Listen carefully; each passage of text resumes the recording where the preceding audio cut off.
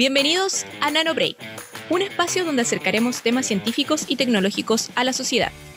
Queremos ser un medio para estimular el interés y la discusión en torno a los aspectos más contingentes de la disciplina de la computación. Conversaremos sobre investigaciones, iniciativas, artículos científicos, periodísticos y tendremos diversas entrevistas. Somos el Departamento de Ciencias de la Computación de la Facultad de Ciencias Físicas y Matemáticas de la Universidad de Chile, y este es nuestro podcast.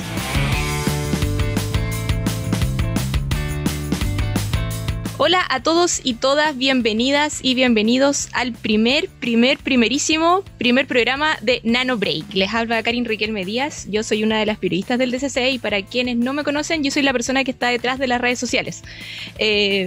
Bueno, primero que todo queremos contarles que NanoBreak estará disponible en nuestro canal de YouTube y también en Spotify para quienes quieran escucharnos nuevamente o bien recomendarnos.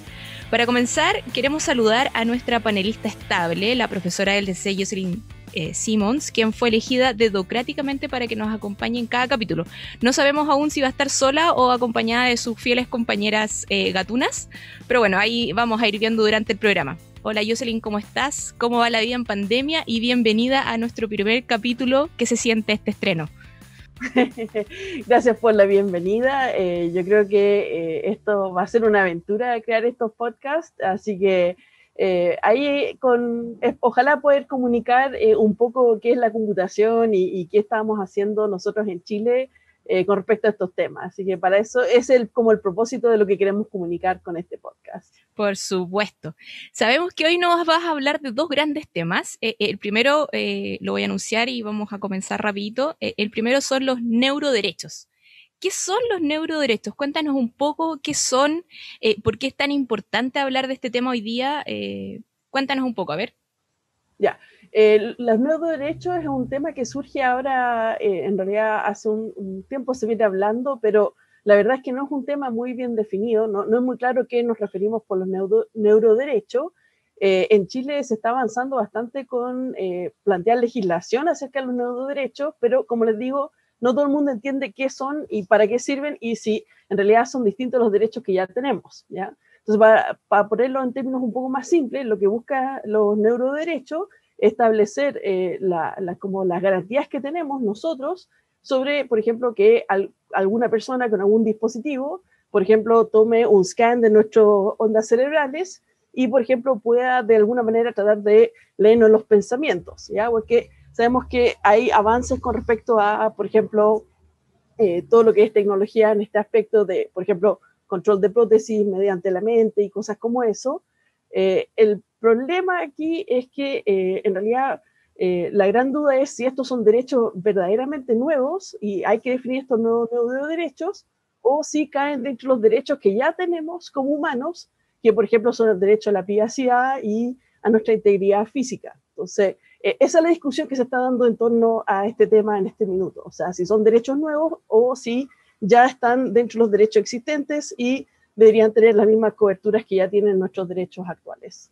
Igual es un tema bastante como importante y sabemos también que Chile es uno de los primeros países que está como legislando este tema. Sí, pero eso igual es preocupante porque estamos legislando sobre algo que no conocemos, porque se habla de unos hipotéticos dispositivos que no podrían, por ejemplo, hacer invasión de privacidad. Imagínate estar sentados tomando un café y que de repente alguien por ejemplo, ponga un aviso y ese aviso, por ejemplo, no lo puedes dejar de ver porque lo está mostrando directamente en tu corteza cerebral. Entonces, busca evitar ese tipo de situación, pero como estamos legislando sobre tecnología que no existe todavía, queda siempre ese peligro de legislar sobre la forma en que se hace eso versus qué es lo que se hace, ¿ya? O sea, piensen, por ejemplo, spam. O sea, hoy día, si estamos pensando en spam, siempre estamos hablando del correo, pero también nos llega spam por otras formas. Por ejemplo, en los teléfonos, yo creo que a todos en las campañas electorales le han llegado mensajes que no deseaban,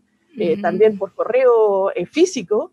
Entonces, más que legislar que no se puede hacer spam por el correo o no se puede hacer spam por teléfono o no se puede hacer spam de esta forma, mejor decir no se puede hacer spam, ¿ya? Entonces, aquí con los neuroderechos caemos en el mismo peligro de legislar sobre cosas que con esta tecnología o con esta tecnología cuando en realidad ya tenemos ciertas protecciones como humanos y a lo mejor deberíamos reforzar esas protecciones y no empezar a enfocarnos en ciertas tecnologías que, como les digo, todavía no existen en forma masiva. Que Chile está tomando la delantera en legislar sobre este tema, así que yo creo que mucha gente está mirando qué está pasando en Chile y qué es lo que vamos a legislar finalmente. Bueno, pasando a un tema un poco más lúdico, quisiéramos hablar también a lo mejor de pasatiempos ahora en pandemia, que hay harto tiempo. Hoy día les voy a hablar de uno de mis juegos de mesa favoritos, que en realidad si tienen un grupo pequeño en su casa, pueden jugar en casa, y se llama Ultimate Werewolf, ¿ya? Y básicamente es un juego donde uno tiene que aprender a mentir, porque uno recibe una tarjeta con un personaje, hay diferentes roles dentro de la aldea, y hay una versión más extensa de este juego, pero esto es de una sola ronda, entonces básicamente tú recibes un rol, al día siguiente hay una discusión, y entonces el juego se centra en la discusión que existe entre los participantes, y esto hace que sea fácil de que en realidad, aunque yo tenga el juego acá con las tarjetitas bonitas acá, igual es algo que podemos jugar en línea, porque básicamente en cada casa alguien, por ejemplo, define quién tiene qué personaje y podemos hacer una llamada telefónica como esta, o sea, telefónica, una videoconferencia, para, por ejemplo, discutir y la idea, el objetivo de esto es o los lobos matan aldeanos y ganan los lobos, o en ese turno de discusión, los aldeanos logran descubrir quiénes son los lobos, ¿no? Entonces, pero espérate, es como una... Ya, ok, yo saco una tarjeta y es como que la tarjeta no lo puedo revelar. Justamente. Si tú miras tu tarjeta y tú ves que eres lobo, tu objetivo es matar un aldeano después de esa noche.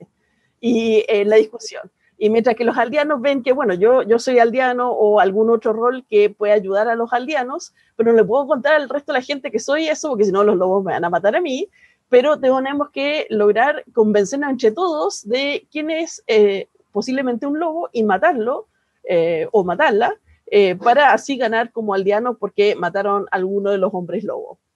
¡Ay, qué entrete! Oye, ¿y este juego, cuántas personas se pueden jugar desde...? Mira, en realidad por lo menos tienen que haber 3 personas, porque, o sea, en realidad como 4 en realidad, porque tienen que tener por lo menos un lobo y 2 aldeanos. Aldeanos, sí. Perfecto. Porque si no, no alcanzan los números, pero ya con 3, 4 personas pueden jugar, y como les decía, en realidad no necesitan estas tarjetas bonitas, lo que pueden hacer, por ejemplo, es tomar los naipes ingleses, y por ejemplo, no sé, los Kaiser... darle significado. Exactamente, los Kaiser de negros, por ejemplo, son los lobos y todo el resto de los naipes son aldeanos. Entonces, de esa manera pueden jugar en casa, que cada uno saca al azar una naipe, y no necesitan estar todos en la misma sala para jugar esto. Ya, y lo de la videollamada no te lo caché. ¿Cómo era eso?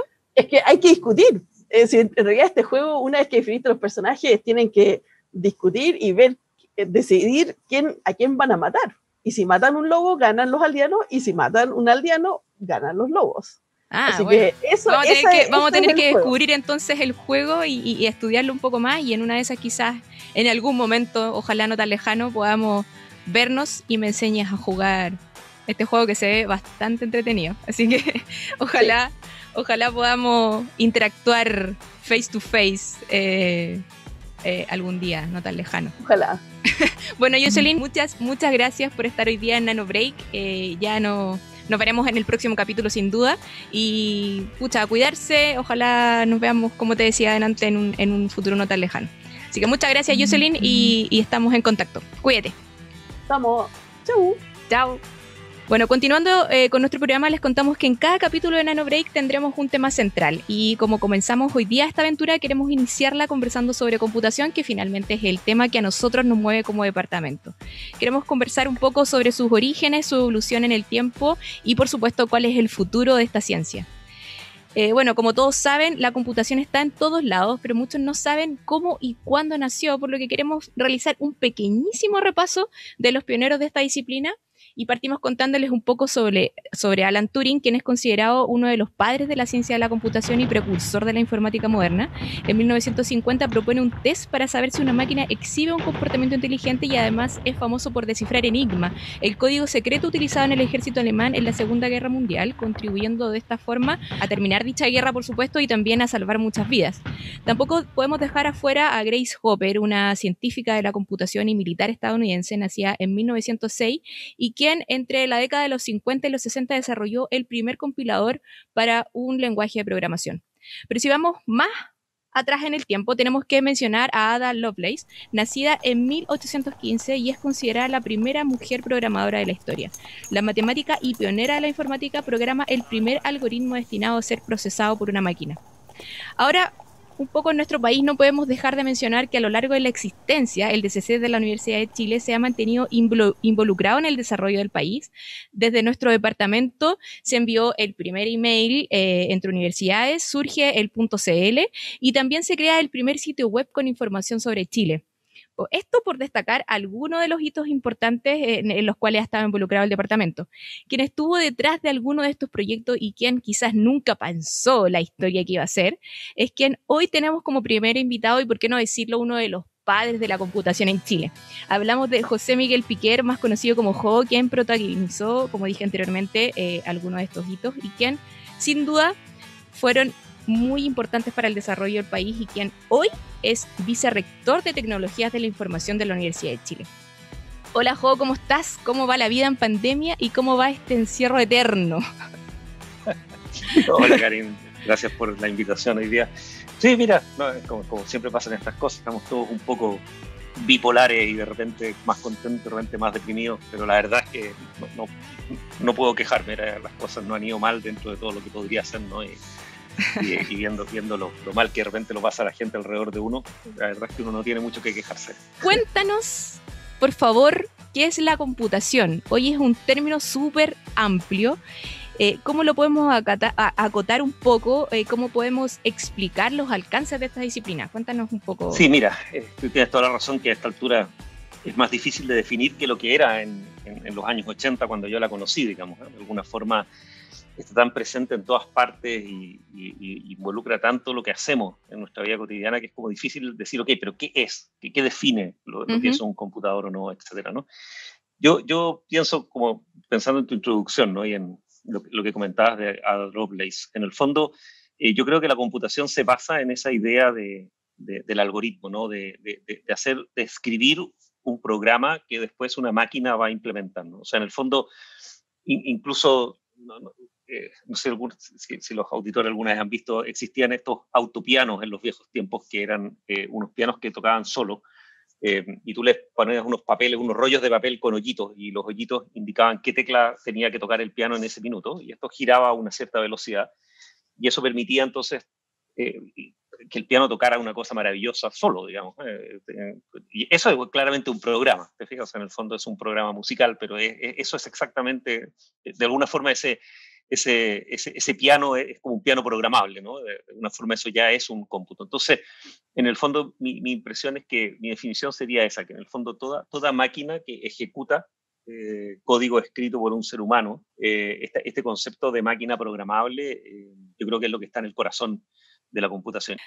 Jo, y tomando un poco tu respuesta, ¿en qué áreas crees que hoy día están los grandes desafíos de la computación? No sé, se habla mucho hoy día de inteligencia artificial, seguridad, también el tema de privacidad, también hablamos también de ingeniería de software, cuántas aplicaciones se están creando hoy día, sobre todo ahora en pandemia. Mira, yo pienso que justamente de alguna forma el gran desafío es la globalidad, o sea, esto de estar en todas partes, más que un área en específico. O sea, en el fondo, las áreas que tú citas son claramente los desafíos hoy día, pero mi sensación es que vamos a tener muchos más de eso. O sea, en el fondo, la computación está en todas partes, ¿no? O sea, está en los autos, está en la cocina, en los lápices, digamos, en la ampolleta, ¿cachai? O sea, claro. En el fondo...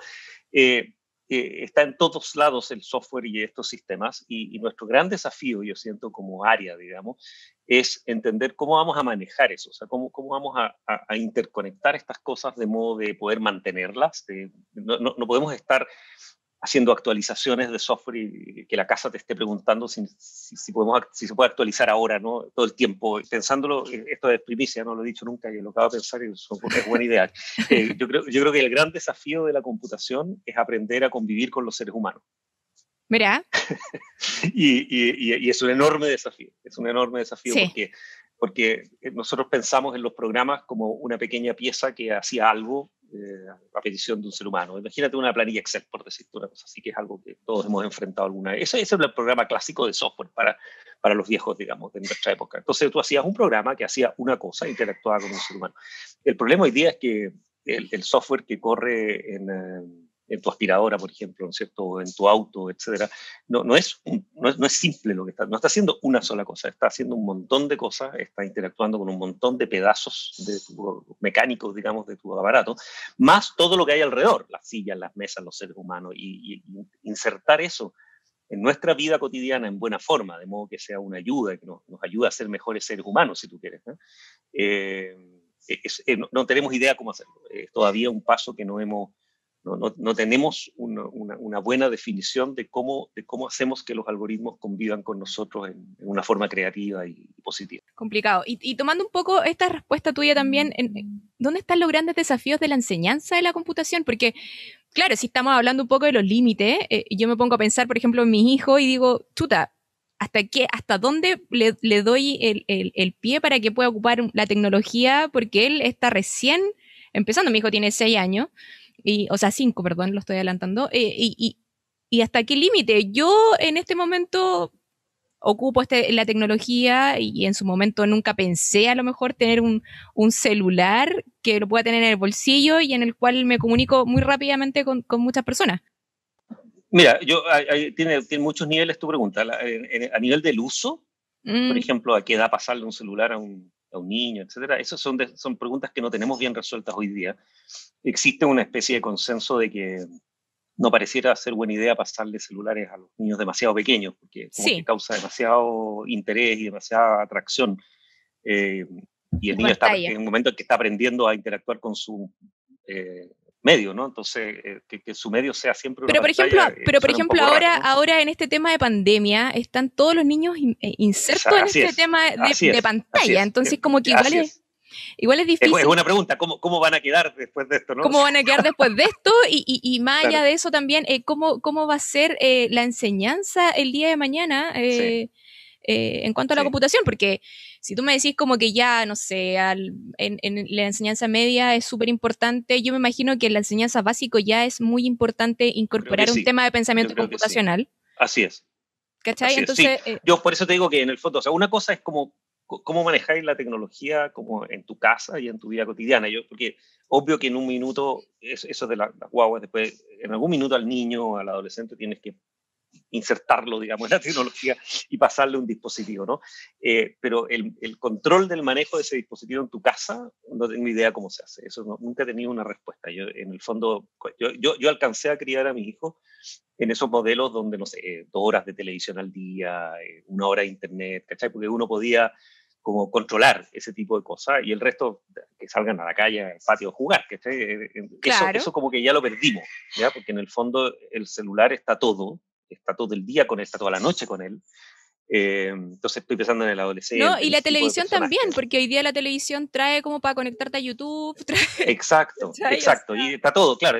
Y no puedes, o sea, como que no puedes sacarle el celular al niño y decirle, no sé, a partir de tal hora el celular lo guardo en otro lado.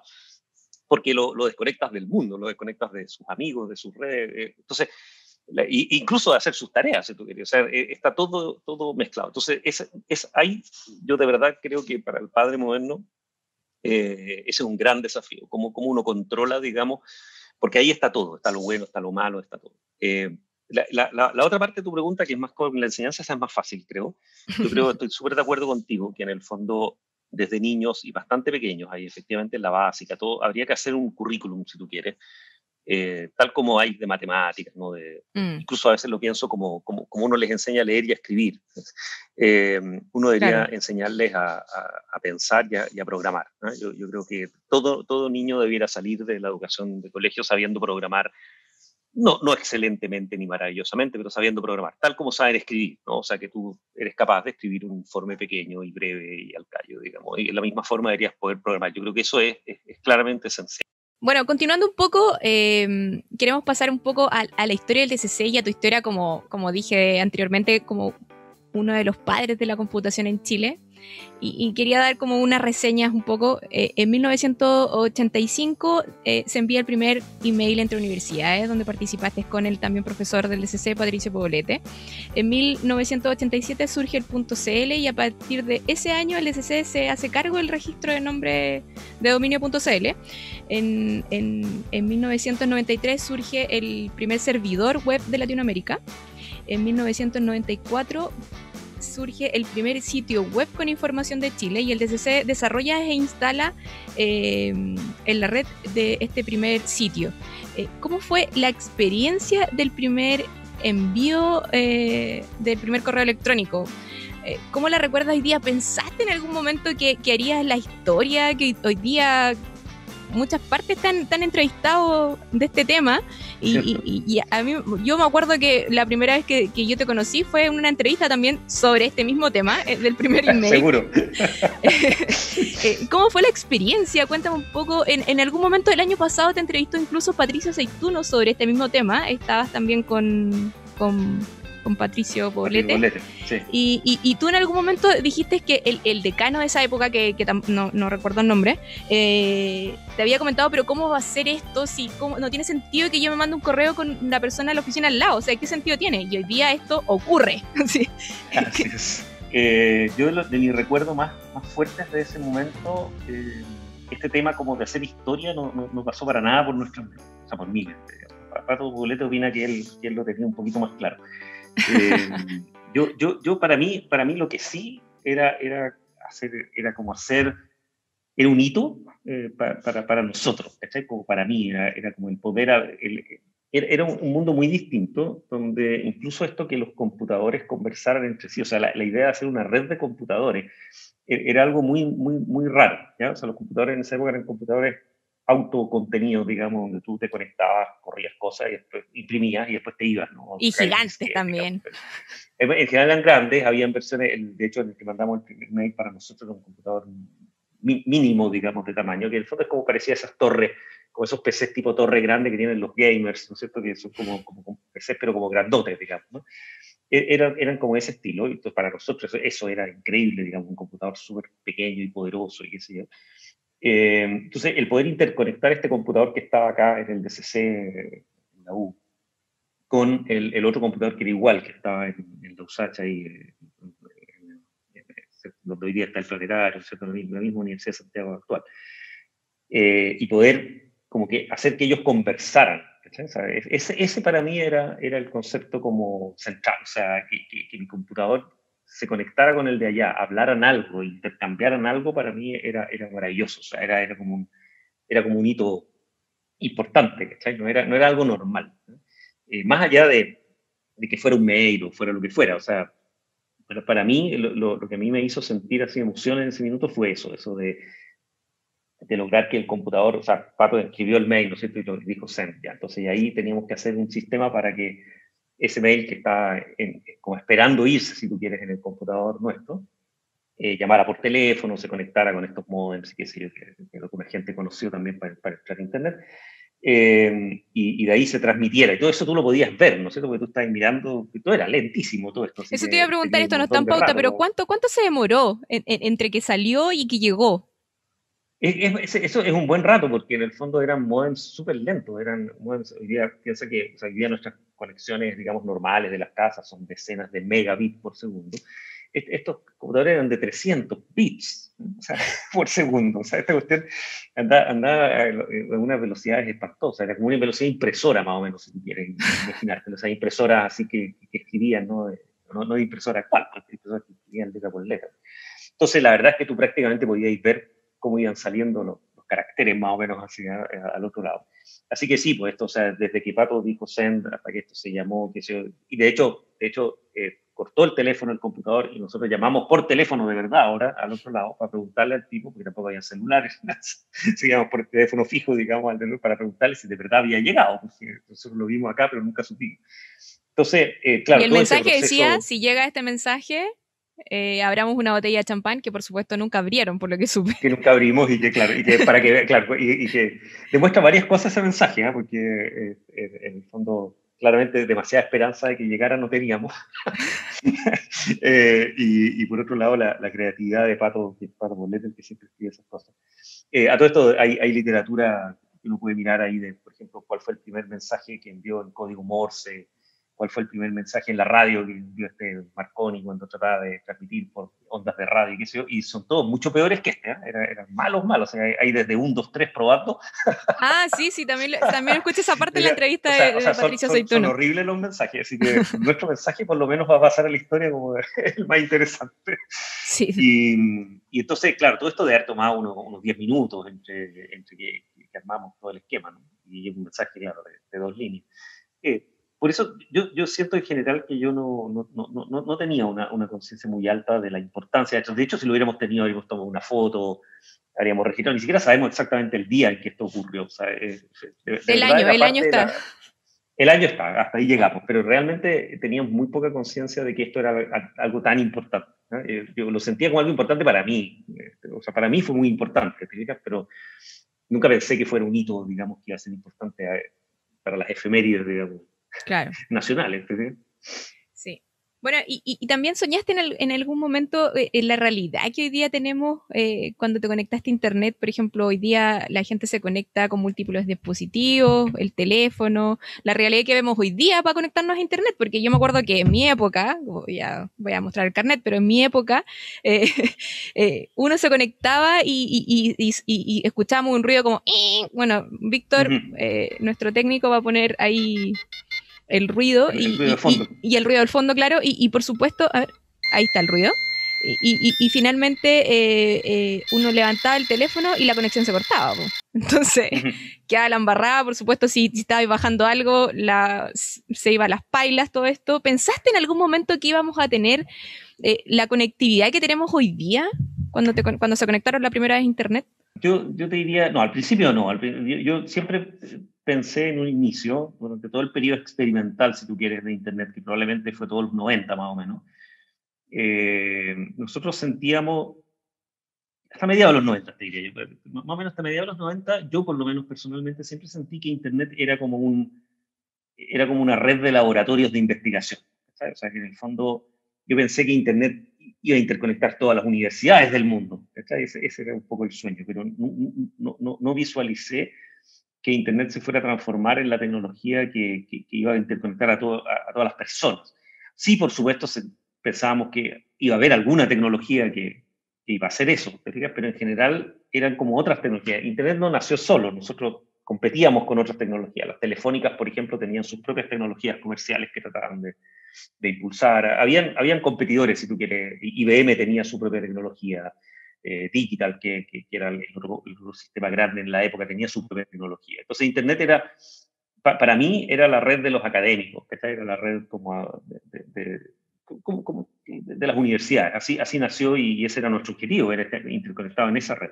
Por ejemplo, esta idea de los móviles tan poderosos y tan interconectados, yo creo que no creo haberla visualizado. Yo más bien, uno llegaba a visualizar notebooks, ¿no? Equipos portables, tal vez algo como un tablet uno podría haberse imaginado, ¿no? Pero esa idea de como que el teléfono móvil, ¿no? Ese teléfono que ya en los años 90 ya existía la telefonía móvil, uno tenía, digamos, teléfonos celulares, que ese teléfono se transformara en un computador con pantalla hiper resolución, etcétera, yo creo no haberlo visto. Es como clásico eso en este imaginar el futuro, ¿no? Que uno como que imagina cosas que nunca ocurren y sin embargo aquellas cosas que sí ocurrieron tiende a no pensarlas.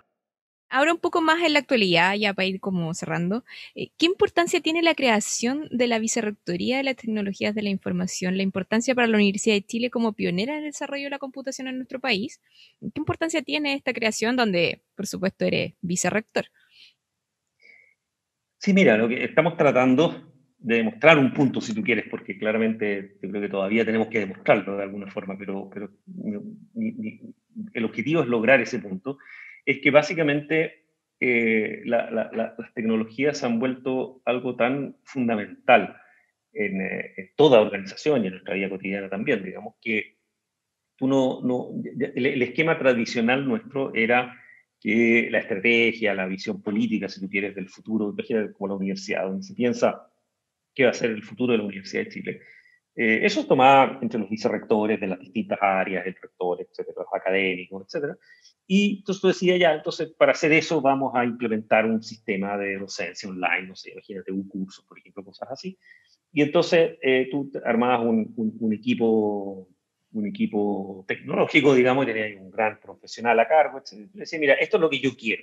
Y el tipo iba e implementaba eso. Ese es como yo creo que ya hace tiempo que no es así, pero ese era el modelo mental clásico, digamos, de la industria, ¿no? O sea, que el TI era un profesional que implementaba las líneas que la estrategia definía. Yo creo que eso es totalmente falso. Hoy día no tiene nada que ver. Para retomar el ejemplo que te di, que estoy pensando que está bien bueno, este de un curso.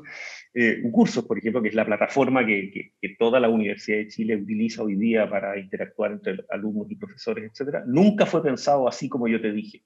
O sea, nunca se le ocurrió a ningún decano, profesor, académico, a nadie, digamos, y contrató un grupo de profesionales y dijo, implementen esto.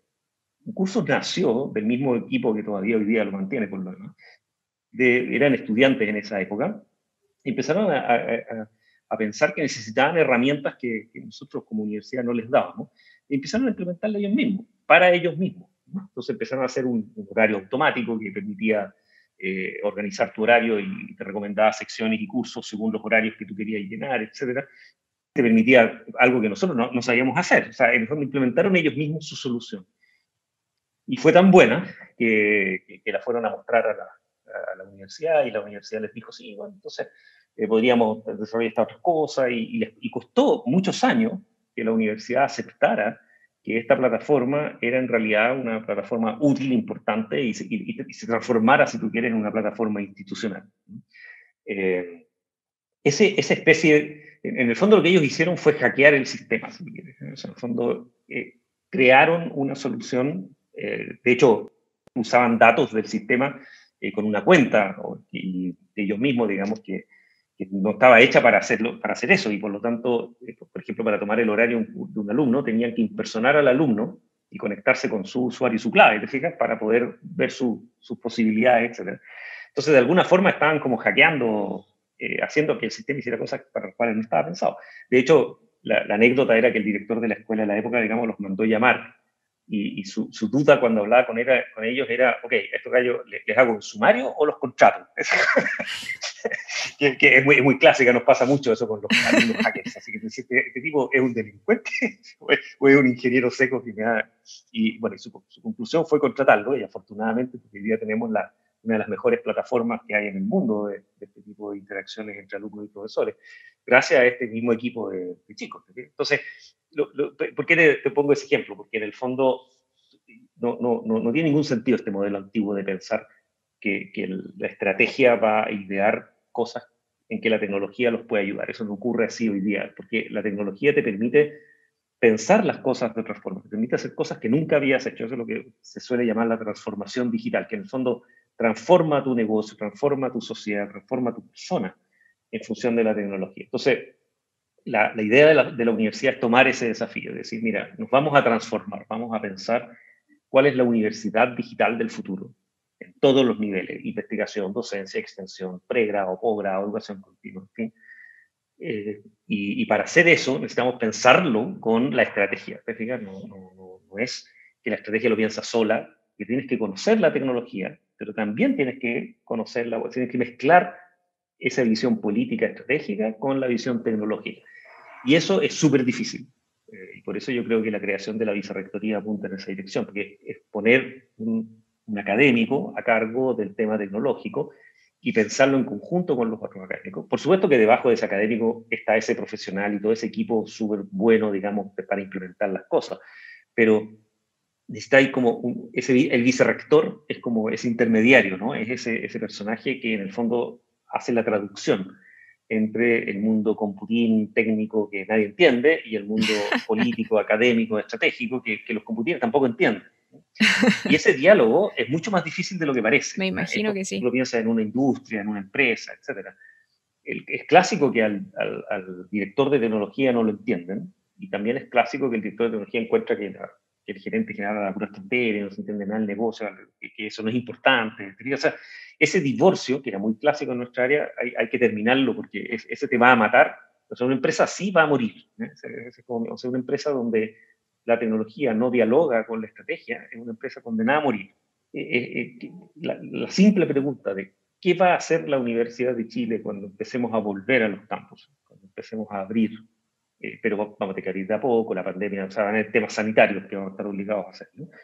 Pero además tenemos muchos estudiantes hoy día que están en sus casas en provincia o que están en otros países. Tenemos por lo menos estudiantes tomando cursos hoy día en alrededor de unos 20, 30 países del mundo que están tomando clases online hoy día con nosotros. Entonces, ¿qué vamos a hacer? ¿Les vamos a decir, oye, vénganse ahora a Santiago a vivir acá a Chile para estudiar en la Universidad de Chile? ¿O los vamos, y sobre todo en un intermedio, digamos, donde está saliendo una pandemia y todavía no está muy claro cuál va a ser la regla? Entonces, ese es un desastre. Como que se nos vino la transformación digital como una especie de imposición ahora, y tenemos que decidir qué vamos a hacer, cómo vamos a seguir, cuál es la Universidad de Chile que va a emerger post-pandemia en el pregrado, incluso a nivel de los funcionarios. O sea, ¿qué vamos a hacer? Para ir un poco más ya en la parte actual, ¿qué va a pasar hoy día con la nueva Constitución? Me gustaría a lo mejor que fuéramos un poquito más allá y me contaras, por ejemplo, ¿qué temas tecnológicos crees que debería considerar una nueva Constitución? Por ejemplo, yo me voy a adelantar a lo mejor a tu respuesta, pero yo creo que lo mejor sería el derecho al acceso a Internet que fuera universal. No sé, ¿qué piensas tú como vicerrector? ¿Qué temas tecnológicos debiera considerar una nueva Constitución? Sí, es una pregunta bien abierta. No sabemos realmente todavía la respuesta real a eso, pero yo creo que tú tienes un punto súper claro, y yo creo que la ciudadanía también, fíjate, cuando uno les pregunta, que por lo muy menos una especie de acceso igualitario, ¿no? Esto es igual que, no sé, alguna vez se definió que el agua potable era algo que todo el mundo tiene que tener derecho a tener agua potable, y el gobierno hace enormes esfuerzos para que incluso en las zonas rurales la gente tenga acceso a agua potable rural a precios subvencionados. Esto no tiene por qué ser gratis a todo esto, pero tiene que ser accesible para todo el mundo. O sea, como que tú tienes que tenerlo y tienes que tener un mínimo que es para todos, etc. Entonces, en el fondo, yo estoy convencido de que esos derechos, así como digitales, el derecho a decidir sobre tus propios datos, por ejemplo, ¿no? Hay cosas así que son muy fundamentales. Pero también, fíjate, creo que es demasiado temprano para definirlo. Este del derecho al acceso, creo que es el único, y esto que la fibra, los tendidos del Internet nacional son como una especie de infraestructura crítica, yo eso como que lo tengo súper claro. Es lo único que tengo claro. El resto, por ejemplo, el tema de los datos personales, el tema de qué significa acceso, qué sería una velocidad mínima de acceso para que sea útil, etcétera, son temas muy abiertos. Yo creo que nos queda mucho tiempo todavía de discusión para definirlo. Yo creo que sería un error tratar de acotar eso hoy día. Estoy seguro que hay cosas de esas, pero creo que no lo podemos poner en una constitución. Tal vez habría que dejarlo como pasa con la educación en la constitución antigua, que tú dices va a haber una ley orgánica que regulará eso. ¿No? O sea, como que tiene que haber una ley, tiene que haber una regla, pero como que no puede estar en la Constitución porque claramente es algo que va a ir evolucionando en el tiempo. Yo creo que dejar cosas demasiado amarradas, tecnológicas, justamente por esta velocidad de evolución y esta revolución que se nos viene, es muy peligroso porque nos puede impedir hacer innovaciones y crear cosas que todavía no hemos ni pensado. Por supuesto, sí, buen punto a considerar. Jo, pasando un poco y pensando pensando un poco más futurista, quizás, no sé, ¿llegaremos alguna vez al futuro tecnológico que vemos en la televisión, en el cine? Un tipo Blade Runner, Volver al Futuro, no sé, los supersónicos de mi época, o un futuro más distópico, como, o un poco más aterrador, como estilo Black Mirror, no sé. Ujú. ¿Llegaremos a O sea, eso? yo como te contaba al principio, digamos, esto de predecir el futuro se ha demostrado demasiado difícil. Yo creo que la respuesta es que no. Yo creo que ninguna de las películas o imaginaciones de ciencia ficción que la gente... Que uno piensa, no sé, Isaac Asimov, por ejemplo, que fue un gran escritor de ciencia ficción y era científico. O sea, él era un tipo brillante y realmente predijo muchas cosas que realmente ocurrieron. Pero si tú lees sus libros hoy día, que además ocurren como en la fecha de hoy, digamos, porque era lo que en esa época se consideraba muy ciencia ficción, no tiene nada que ver con la realidad actual, ni de lo que ocurrió. Por ejemplo, o sea, ellos suponían que iba a haber una guerra nuclear, que bueno, todo esto todavía puede ocurrir, pero digamos, claramente iba a ocurrir antes de lo que pensamos. La nuestra es una generación que nació con la idea de que íbamos a acabar, digamos, en cualquier minuto con una guerra nuclear.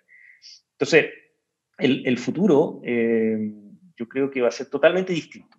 Ese como mi hipótesis sería no va a ocurrir nada de lo que hemos visto, o sea, van a ocurrir algunas cosas, pero no va a ser como ninguna de las películas de ciencia ficción que tú mencionas. Pero sí va a ser totalmente distinto a lo que es hoy día. O sea, yo sí creo que la tecnología es revolucionaria. Yo creo que tal como fue un poco la revolución industrial, que cambió, no sé, desde la educación en los colegios hasta las ciudades, ¿no es cierto? Yo creo que las tecnologías de información y comunicaciones son tan revolucionarias como eso. Incluso a veces llego a pensar que es peor, que es como un poco como fue la agricultura en la historia del hombre, o sea, esas cosas que te cambian, no sé, hasta la familia, ¿no? Mi sensación es que el mundo del futuro va a ser totalmente distinto al actual y totalmente distinto a lo que las películas y la ciencia ficción nos indica creer. Ya. Pero no tengo idea cómo. No sabemos cómo, pero va a ser distinto. Sí, Bueno, Jo, así es. muchas gracias por tu tiempo. Antes que te vayas, nos gustaría que nos recomendaras algo. Bueno, les contamos que en Nano Break queremos instaurar una tradición y para esto queremos pedir a cada invitado una recomendación. Que puede ser Coputín o no Coputín, puede ser un libro, una película, un emprendimiento, quizás un lugar donde pedir comida, porque ya no se puede salir, estamos en cuarentena aún. Así que, Jo, y la idea es que también nos digas de qué se trata, Jo, por favor, danos tu recomendación. Sí, mira, me costó pensar esto. Yo tengo una especie de... Voy a hacerte una recomendación concreta, pero antes de eso quería hacer una macro recomendación. Yo creo mucho, creo que para los seres humanos es súper importante la historia, o sea, las historias, como los cuentos, ¿no? El meterte en una historia, esta idea del viejo que contaba historias en una fogata en la noche, ¿no? Y de alguna forma lo hemos reemplazado por las series en Netflix, que en el fondo es como ver historias. Yo les recomendaría mucho leer novelas. Yo creo que el concepto de leer novelas, sobre todo en lectura a la antigua, así que puede ser en un computador y puede ser en un Kindle o en el teléfono, Ah, ya, digamos, no en el no libro, tengo ya. problema. No tiene por qué ser un libro en papel, pero es el concepto de leer una historia. Creo que yo lo encuentro fascinante, lo encuentro más fascinante que ver una serie o que ver una película. Hay gente que le gusta mucho la cosa visual. O sea, que hay que leer novelas, y son novelas, no son libros técnicos, no son libros que explican que también está bien hacerlo, digamos, pero estoy pensando en la novela, que te cuenta una historia humana, emocionante, que tú ves esos personajes, ves los lugares, que sientes lo que ellos están sintiendo. Esas novelas entrañables que tú lo único que quieres es poder volver a seguir leyendo, ¿no? Creo que eso te hace un bien, sobre todo hoy día, digamos, en estos contextos de pandemia, que eso te hace un bien extraordinario, el poder sumergirte en un universo que no existe, que lo recreas en tu mente de la mano, digamos, de un buen autor.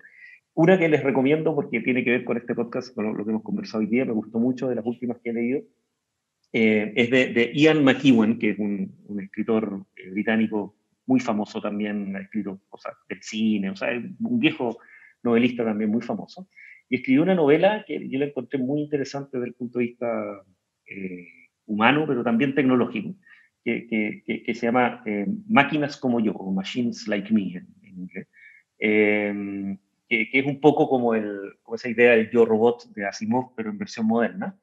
Y es un libro que, o sea, tiene un montón de supuestos que me encantó. Por supuesto, es la misma idea del robot humanoide hiperracional y un poco una historia de amor entre el robot, una mujer y otro hombre, ese triángulo ahí. Es muy entretenido. Una especie como hombre bicentenario.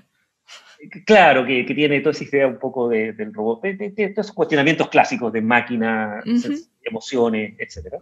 Pero además tiene es como un mundo, es como una cosa, como historia alternativa, que encuentro fascinante. Esto ocurre como en los años 80, pero son otros años 80, son unos años 80 en donde Alan Turing no se suicidó y decidió aceptar su homosexualidad y aceptar el castigo al que lo sometían por su homosexualidad, que eran unos años de cárcel, etc. Y entonces sobrevivió a todo esto, y por supuesto entonces el mundo cambió y los homosexuales fueron aceptados, y por lo tanto él ahora es un viejito que ya existe, que vive todavía en estos años 80, que fue fundamental, digamos, en que el Reino Unido ahora es como dominante tecnológico en la robótica en el mundo, y él es el dueño de estos super laboratorios y vive con su pareja gay, digamos, hace muchos años, muy feliz. Y esto entonces hace que, entre otras cosas, existe Margaret Thatcher en esta época, en los años 80, pero pierde la guerra de las Malvinas, Argentina. Es toda una historia así rarísima, que a mí me fascinó, encontré fascinante esta idea. Entonces, son los años 80, pero la robótica está en todas partes, o sea, es un año 80 mucho más moderno, gracias a que Alan Turing no se suicidó y por lo tanto hizo avanzar así, pero toneladas la tecnología, ¿no? Entonces, tiene un montón de guiños con Putines muy bonitos, me encantó. Así que para la persona que les gustan estos temas, creo que es una novela muy recomendable a leer en estos tiempos de pandemia. Oye, muy interesante, me interesó a mí también, así que muchísimas gracias, Jo. Puedes leerla. Excelente recomendación. Muchas gracias. Bueno, muchas gracias por tu tiempo, a cuidarse y ojalá nos podamos ver en algún momento en persona y ojalá no también en un futuro no tan lejano. Ya, pues. Nos vemos, gracias, Jo. Gracias a usted, muy entretenido. Chao, chao. Bueno, ahora continuando con NanoBreak, queremos dar cabida también a nuestros estudiantes y los diversos proyectos que ellos mismos están desarrollando. En esta oportunidad queremos invitar a Karina Parga, quien investiga sobre pensamiento computacional. Y bueno, no les quiero adelantar mucho, ella nos va a contar sobre su proyecto. Así que, hola Karina, ¿cómo estás? ¿Cómo va tu encierro? Cuéntanos un poco tu vida. Muchas gracias, Karin. Gracias por invitarme, de verdad que lo agradezco mucho. Y mira, va bien, va súper bien, va mucho mejor de lo que yo esperaba. Yo estaba en Santiago previo a que partiera la pandemia y nada, pues como que como estábamos mi hermana y yo allá, fue como ya volvamos a Rancagua, volvamos con mi mamá y ha estado entrete el poder tomar mucho más sol de lo que podía tomar en Santiago, así que mucha vitamina. Eso me gusta mucho, sí. Y ha estado entrete, de verdad que ha sido mejor de lo que yo esperaba. Ah, pero eso es bueno. Oye, primero, Karina, primero que todo quiero agradecer el tiempo que hoy día te estás dando para estar hoy día acompañándonos en este primer capítulo de NanoBreak, que este es el estreno, así que de verdad es súper importante que estés acá y que esperamos que te sientas muy, muy cómoda, así que, pero me gustaría que nos contaras un poco de tu trabajo, en qué consiste este trabajo, en qué estás hoy día como estudiante. A ver, cuéntanos un poco cómo va. Yo feliz de contarte. Bueno, para partir como un poco separando, pasa mucho a la hora de aprender computación, que la gente aprende a programar y sin querer aprende pensamiento computacional, nunca de manera establecida, nunca separado, y es al final algo que se podría enseñar de manera como aparte de la computación, y eso mismo sería súper valioso. Entonces el pensamiento computacional es un poco como el símil al pensamiento matemático, que no necesariamente va de la mano con saber sumar, restar y ser un as de las matemáticas. Entonces eso es una de las cosas que estoy investigando, y en particular, ¿qué es lo que estoy haciendo? Estoy diseñando un taller orientado a niños en el que se les enseñará pensamiento computacional. Esto es para ver si, bueno, como te contaba, esto está, como el tema del pensamiento computacional no está muy bien separado de la computación. Entonces es para ver si porque hay una propuesta de unos investigadores finlandeses que dicen que se puede enseñar el pensamiento computacional aparte siguiendo este camino, pero es una propuesta teórica. Y con mi profe de guía, con Francisco Gutiérrez, dijimos ya, pues, y si vemos si esto se puede hacer. Así que en eso estamos, es como una implementación de esta idea y vamos a ver si funciona bien o no. Eso. En sí el trabajo de investigación, ¿en qué consiste? ¿Es tu memoria de título? Sí. Es mi memoria de título. Entonces, este es un trabajo de investigación más o menos, es poco usual, al menos en el DCC, estas instancias de hacer un taller para niños y ver cómo funciona. Me imagino que tienes objetivos a cumplir o me imagino también que hay unas hipótesis por ahí planteadas al principio de esta investigación, ¿o no? Sí, obvio que sí.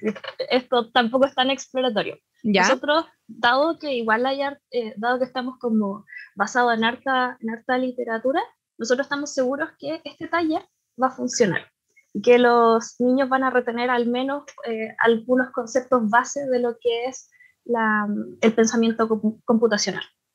Estamos, bueno, así como a números, estamos manejando entre 20 y 30 niños que se están inscribiendo, así que también esperamos que al menos unos 10 de ellos queden como con muchas ganas de seguir programando incluso.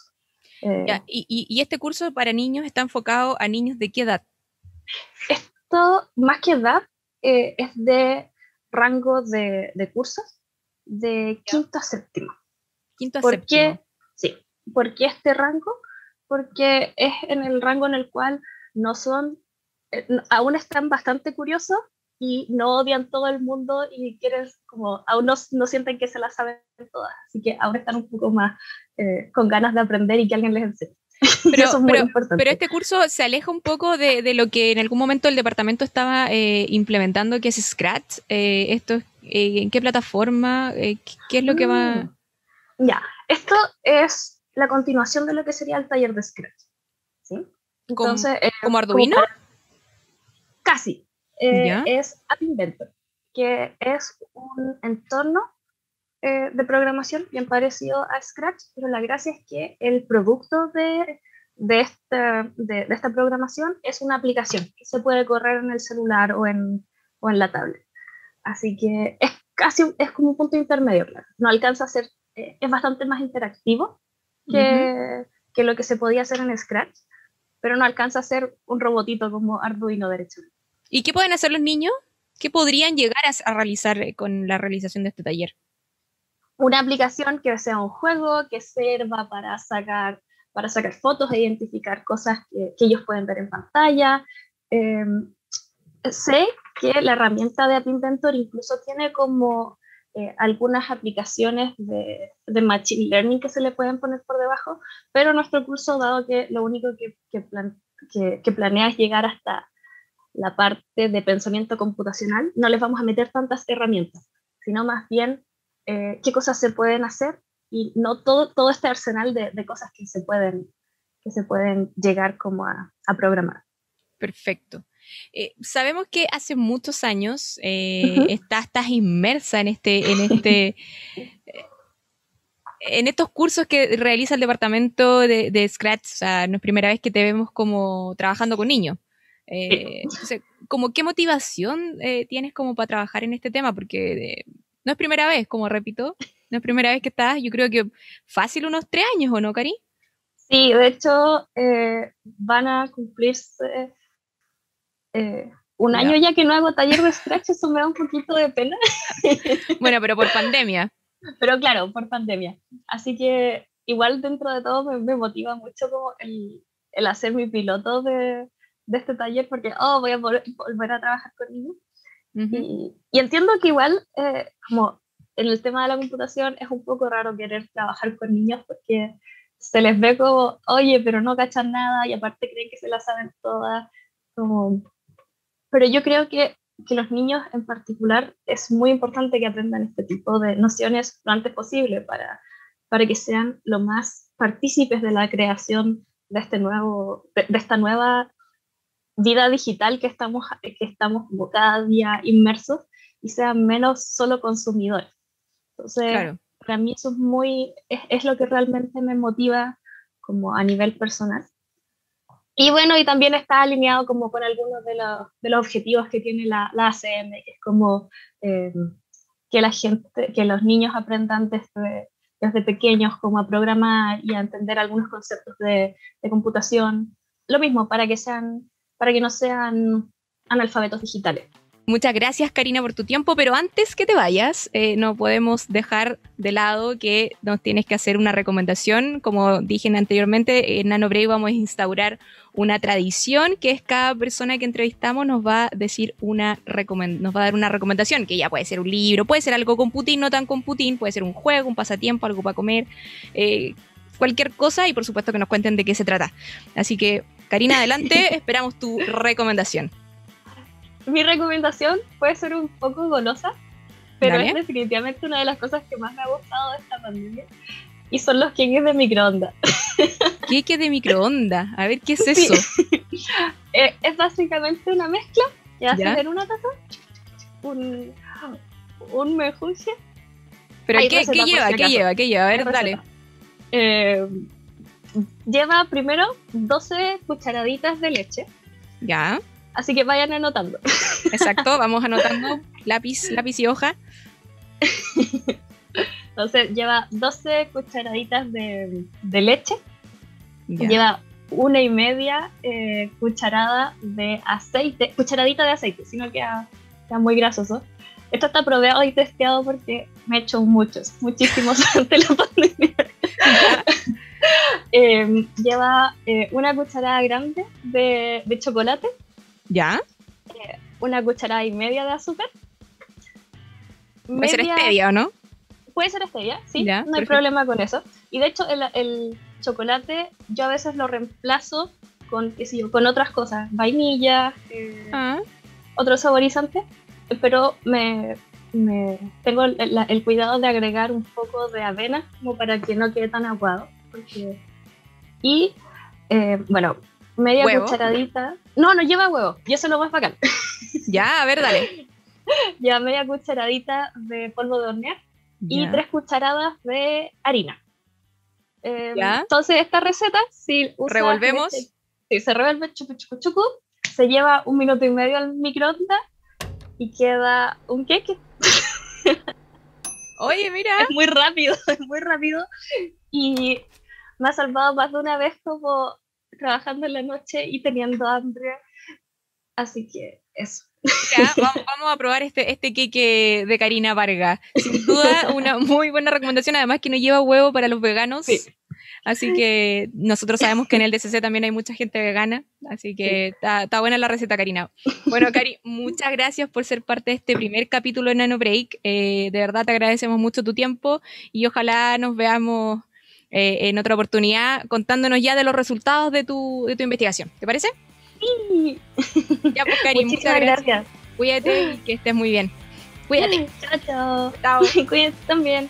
Bueno, con la entrevista de Karina Parga damos por terminado este primer capítulo de Nano Break. De verdad estamos muy, muy felices. Pero antes de terminar, queremos recordarles que Nano Break va a estar siempre disponible en YouTube y también en Spotify para quienes quieran escucharlo nuevamente o bien recomendarlo.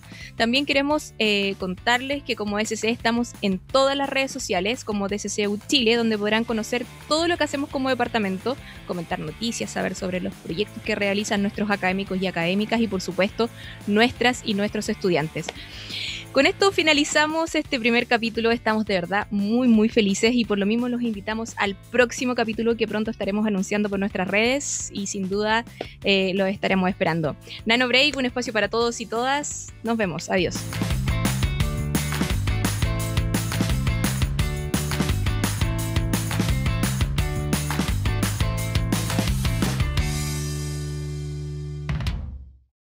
Las opiniones vertidas en Nano Break son de exclusiva responsabilidad de quienes las emiten y no representan necesariamente el pensamiento del Departamento de Ciencias de la Computación de la Facultad de Ciencias Físicas y Matemáticas de la Universidad de Chile.